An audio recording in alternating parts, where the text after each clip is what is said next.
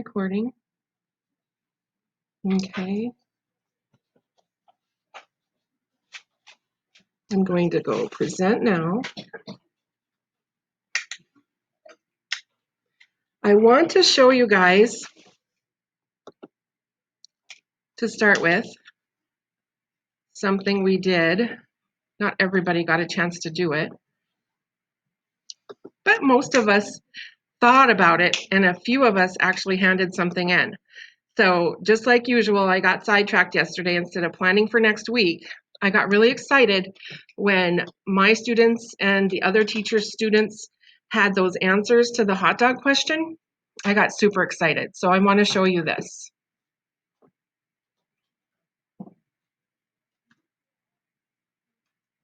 Can you see my slideshow with the hot dog on it, or do you just still see my face? Just your face. Oh, okay. So what I need to do then is go present mode, right?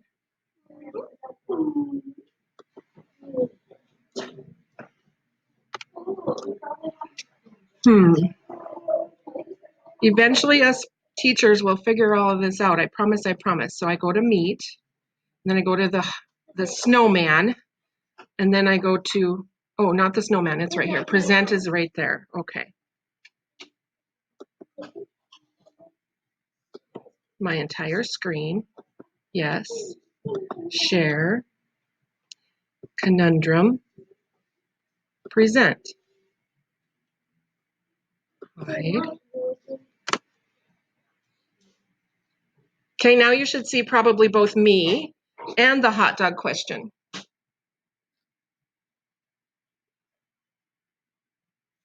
I can't see anybody else, so if one of us could let us know from another classroom. I see. What'd you say? Yep, that's what I see. The Awesome. hot dog in your little face. Thank you, thank you.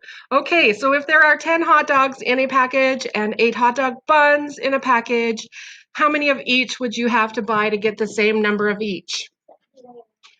Wow, Mrs. Mueller had a great LCM question for this chapter in math.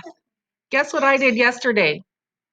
Like all good mathematicians, you go back and you look at your facts inside of your story problem or your real problem, and you double check your work. So when I looked at my facts, I had them mixed around, okay? I double checked and I looked online, and sure enough, yesterday I had written that there's 8 hot dogs in a package of hot dogs, but there aren't. It's actually 10. And then there's actually 8 buns in the packages. Am I correct now, Mrs. Mueller? Please, would you let me know? Yes, you're correct. Yeah, yesterday I was incorrect. So I led lots of people down the wrong path with their mathematical answers. Remember I said on a sticky note or on an extra scratch piece of paper, you could write your answers down? And several people did, but none of the answers were right because we started out with the wrong information, and that happens in real mathematics all the time, okay? So, Actually, you know what? Oh, yes. I think it's 8 hot dogs and 10 buns. is it 8 hot dogs and 10? Correct. Yes, 8 hot dogs, 10 buns. But Okay. either way, should it turn out the same answer? Yeah. Okay. So here was one of my answers that I got from a student. Here was another one of my answers that I got from a student. I like that answer, it's pretty good. Here's a really good one too.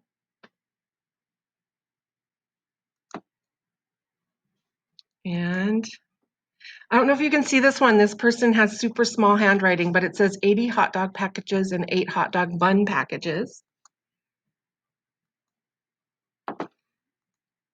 This one says 8 times 10 equals 80 and 10 times 8 equals 80.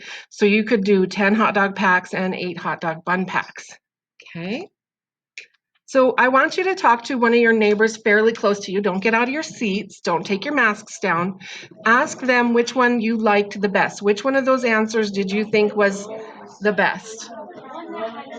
I'm going to mute us. Okay, So I had some good discourse and discussion between students about the answer to that question. I heard some excellent answers. I didn't wander around. I stayed in front of the camera. So here's what I found on the internet yesterday. If I have a package of buns and I buy the Ballpark brand, which is the most popular, I think, there's 8 in a package. Okay. And for the wieners or the Oscar Mayer hot dogs made with turkey and chicken and pork, but we don't know what parts of those animals, of course. Let's not go there. There's 10. There's 10 of them. So the ratio is always wrong if you just buy one package of each. So let's look at my answer, my really thorough, like top-notch, well thought out answer, which is really great. But those of you who did submit answers that I showed on the screen, you guys got a virtual gotcha card for your answers. Because even though maybe not all of them were exactly what I was looking for, every one of you gave it a try, didn't you? And that's part of the hang up in mathematics, is worrying about being wrong. And being wrong is okay in mathematics, as long as you work at figuring out why you might have been wrong and how to fix it. Okay, next slide shows the answer. Are you ready for the big reveal? All right. The big reveal shows us that if you have this many packages of hot dog buns, this many packages of wieners, then you're going to end up with the same ratio of buns to hot dogs. So 40 would work. Would 80 also work? Yeah, 80 would work. Any multiple of 40 is going to work, isn't it? So that is awesome. That is our final result. And then how about that cringy video from yesterday? We did a tally mark thing in our classroom, and most of us marked it at a 10. One person marked it at 11 for cringiness. Mr. Biff is a little dense. He's kind of silly, but I really enjoyed that video. And my cringe would have been at a 10 as well. I didn't vote. But somehow or another, I enjoy cringe. I don't know why. So you might have to get used to seeing a few cringy videos here and there. Okay, so the next thing we're going to do is move into today's lesson. Okay, let's look and see what Mrs. Franzen has on to today's lesson here. All right.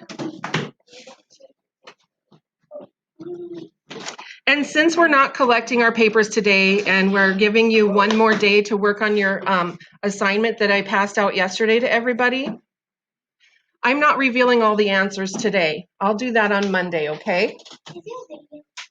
There are no videos today. We cannot do any cringy levels voting today. Shh. Hands down for just a moment, please. Maybe write your question down if you have one that you need to remember. Today we're going to talk about exponents. Mrs. Franzen, you're moving too fast. We've talked about prime and composite numbers. We've talked about the divisibility rules, and there's bunches of them. And now we're talking about exponents, 3 new things in a row. Holy moly. Just know, I'm just trying to keep up with what my book tells me to do.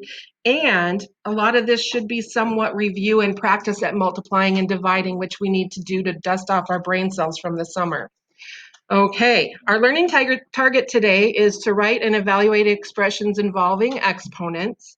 And just to see and get you guys out of your seat for a second if you want, how many of you heard of exponents before? Stand up for me.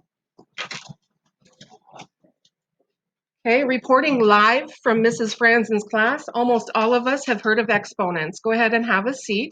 Is it okay if you didn't hear of exponents before? Yes. And my picture at the bottom, my Bitmoji, makes them look scary, but they're not. If you know how to multiply numbers, all exponents are repeated multiplication. Okay?